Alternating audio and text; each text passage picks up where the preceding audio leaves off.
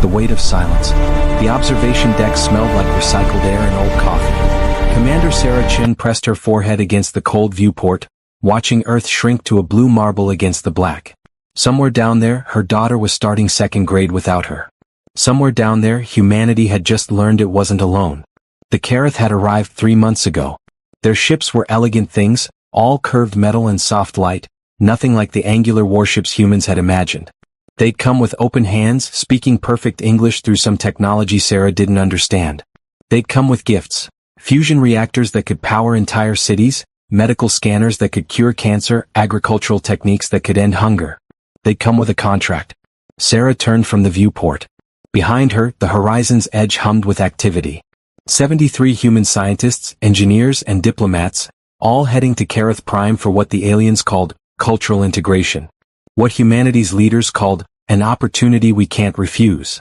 What Sarah's ex-husband had called abandoning your family for aliens who probably want to eat us. Commander? Lieutenant Marcus Webb stood in the doorway, his dark skin ashen. You need to see this. She followed him through the narrow corridors to the communications bay. Dr. Yuki Tanaka sat at the main console, her fingers trembling over the controls. The linguist hadn't slept in 2 days, too excited about finally meeting the Kareth face to face. Now she looked terrified. Show her, Marcus said quietly. Yuki pulled up a file on the main screen. I was practicing Kareth phrases. Thought I'd impress them when we arrived. So I ran their welcome speech through the translation matrix again. Different parameters this time. Slower processing. Word by word instead of contextual. The Kareth ambassador's voice filled the room, melodic and warm. Below it, new English subtitles appeared. We come in peace. We bring you gifts. We will make you comfortable. We will make you safe. We will make you forget. Sarah's blood went cold. That's not what the official translation said. No. Yuki's voice cracked. The official translation said, we come in peace. We bring you gifts. We will ensure your comfort, your safety, your happiness. But happiness and forgetting. In Kareth they're the same word. The same concept. Marcus leaned against the wall. I checked the fusion reactor specifications. They work exactly as advertised. But there's an energy signature we don't have equipment to detect. Our scientists wouldn't have found it for years. What kind of signature? Sarah asked, though part of her didn't want to know. Neural suppression field. Low level. Constant. Anyone within 50 kilometers of a reactor experiences reduced anxiety, reduced aggression, reduced. He swallowed hard. Reduced independent thought. Sarah looked at the screen at Earth spinning peacefully below them. 73 Kareth reactors had been installed in the past month. Gift number 1. By now, nearly 1 billion people lived within their range. The medical scanners? She asked. Yuki pulled up another file. They cure cancer by rewriting cellular memory. But they also rewrite neural pathways. Subtle changes. Making people more agreeable. More trusting. More willing to accept Kareth guidance. And the agricultural tech? Haven't analyzed it yet, Marcus said. But I'm guessing it's not just about growing more food. Sarah walked back to the viewport. Below, Earth gleamed like a jewel. Her daughter was down there. Her parents. 7 billion humans who thought they just made first contact with benevolent aliens. 7 billion humans who were being slowly, carefully, kindly enslaved. Why us? Yuki whispered. Why invite scientists and engineers to their homeworld? Because we're the ones who might figure it out, Sarah said. Better to have us far from Earth, surrounded by their people, breathing their air, eating their food. Better to integrate us first. She thought about the Kareth ambassador's smile. The warmth in those large dark eyes. The genuine seeming care in every word. Maybe they did care. Maybe they thought they were helping. Maybe in their culture, free will was a burden, independence a curse, and they were genuinely trying to save humanity from the pain of choice. That didn't make it right. We're 6 days from Kareth Prime, Marcus said. Once we arrive, we'll be completely under their control. And if we turn back? Yuki asked. Earth's government signed the treaty. They'll think we're insane. They'll think we're sabotaging humanity's greatest opportunity. They'll be right, Sarah said quietly. We will be sabotaging it. Because this opportunity is poison wrapped in silk. She pressed her hand against the viewport, feeling the cold through her palm.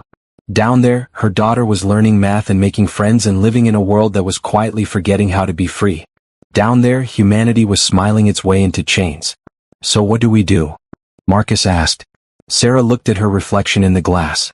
She joined the space program to explore, to discover, to represent humanity among the stars. She'd never thought she'd have to save it. We go forward, she said. We go to Kareth Prime. We smile. We learn. We integrate. Commander. And we find out everything we can about what they've done to us. How it works. How to stop it. How to save Earth before everyone we love forgets they need saving. She turned from the viewport, her reflection dissolving into stars. They wanted humanity's best minds?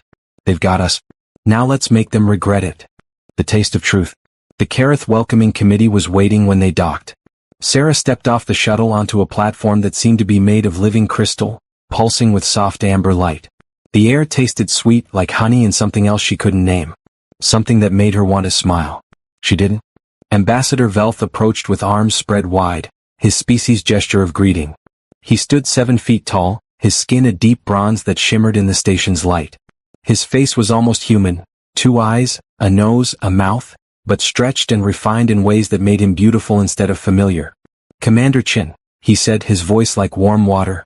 Welcome to the beginning of your journey home. Home. The word settled into Sarah's chest wrong. This wasn't home. Home was Earth, 37 light years behind them, slowly forgetting itself. Ambassador Velth. She kept her voice neutral. Friendly but professional. Thank you for receiving us. Behind her, the rest of the human delegation filed out. She watched their faces as they breathed Kareth air for the first time. Dr. Tanaka's eyes went slightly glassy. Lieutenant Webb's shoulders relaxed in a way that looked almost drugged. Dr. James Porter, the mission's chief medical officer, actually giggled. Sarah felt it too. A warmth spreading through her lungs into her blood. A softness at the edges of her thoughts, like someone had wrapped her anxiety in cotton and tucked it away. Her daughter's face flickered in her mind. Emily, gap-toothed and grinning, and the usual ache of missing her faded to something distant and manageable. No. She bit the inside of her cheek hard enough to taste blood. The pain cut through the sweetness like a knife. Her thoughts sharpened. The air, she said carefully. It's different from what we're used to. We've enhanced it for your comfort, Velth said, those large eyes warm with what looked like genuine care. Your species experiences so much unnecessary stress. The atmospheric blend will help you adjust more easily. How thoughtful, Sarah said and meant it. That was the terrifying part. They were being thoughtful. They believed every word they said. Velth led them through corridors that curved like the inside of a shell, walls rippling with bioluminescent patterns. Other Kareth passed them, each one pausing to press a hand over their heart in greeting. Their faces held nothing but welcome. Nothing but joy at humanity's arrival. Sarah's team followed like children on a field trip, necks craning to take in the beauty. And it was beautiful. The Kareth had built something that looked like art and science had made love and given birth to architecture. Everything flowed. Everything felt right. That was the weapon. Not guns or bombs, but comfort so profound that you forgot to want anything else. They entered a vast circular room where thousands of Kareth had gathered. The sound of their voices was like music, rising and falling in harmonious waves. As the humans entered, the crowd fell silent. Velth raised his arms. Our honored guests, he called out. Our new family. Today we welcome humanity into the collective. Today we share with them the peace we have known for 10,000 years. The Kareth erupted in sound that wasn't quite cheering, wasn't quite singing. It was approval made audible, washing over the human delegation like a warm wave. Sarah felt her team responding. Smiling. Some were waving back. Dr. Porter had tears running down his face. She bit her cheek again. Tasted copper. Stayed sharp. We have prepared a feast, Velth continued. Come. Let us celebrate the end of your isolation. The banquet hall defied physics. The ceiling opened to a sky that couldn't be real, 3 moons hanging in purple twilight, stars that moved in patterns that told stories. Tables stretched for what looked like miles, covered with foods that gleamed like jewels. Sarah's stomach growled despite everything. When had she last eaten? The protein bar that morning? 37 light years ago? Kareth servers guided each human to a seat. Sarah found herself between Velth and a female Kareth who introduced herself as researcher Kess. You must be hungry, Kess said, her accent lilting. Please try the suva fruit. It's a favorite among new arrivals. The fruit was blue and soft, split open to reveal flesh that sparkled. Sarah watched Dr. Tanaka bite into one at the next table. The linguist's eyes closed in what looked like ecstasy. It's incredible, Yuki breathed. It tastes like every good memory I've ever had. Sarah picked up her fruit, brought it close. The smell was intoxicating. Her mother's apple pie, her daughter's hair after a bath, the coffee she'd shared with Marcus on the observation deck just this morning. She set it down. Not hungry? Kes asked, concern coloring her voice. Pacing myself, Sarah lied. Everything looks so wonderful. I don't want to rush. Across the table, Lieutenant Webb had finished 3 of something that looked like golden meat. His dark skin had taken on a healthy glow. He was laughing at something Akareth was saying, his whole body loose and relaxed in a way Sarah had never seen. This was how it happened. Not with chains and whips but with kindness. With food that tasted like love. With air that erased fear. With smiles so genuine you forgot to question them. Commander Chin, Velth said beside her. I sense hesitation in you. This is natural. Your species has lived with such pain for so long. Trust takes time. How long? Sarah asked, meeting his eyes. How long until we trust you completely? That depends on you, he said gently. Some of your people adapted quickly to our gifts on Earth. Others resist. But all eventually find peace. The mind grows tired of fighting happiness. There it was. Hidden in kindness. The admission that this was, in fact, a fight. And that they were patient enough to wait for surrender. Sarah looked around the banquet hall. Her team was dissolving before her eyes, their sharp edges smoothed by air and food and welcome. In a week they'd be smiling like the Kareth. In a month they'd forget they'd ever wanted anything else. She thought of Emily. 7 years old and learning to read. Growing up in a world where everyone smiled and no one questioned, and slowly, so slowly, humanity forgot what it meant to choose. Sarah picked up a glass of water, just water, she checked, and took a sip. She needed to stay sharp. Needed to observe. Needed to find the cracks in this perfect prison. To new beginnings, Velth raised his glass. To new beginnings, Sarah echoed, her voice steady. And in her pocket, hidden from view, she dug her thumbnail into her palm hard enough to bleed. Pain was clarity. Pain was choice. Pain was the last human thing the Kareth couldn't erase with sweetness. Not yet, anyway. The architecture of forgetting. Sarah woke to sunlight that felt wrong. Too warm. Too gentle. Like being wrapped in her mother's arms, and she hadn't felt that since she was 6 years old.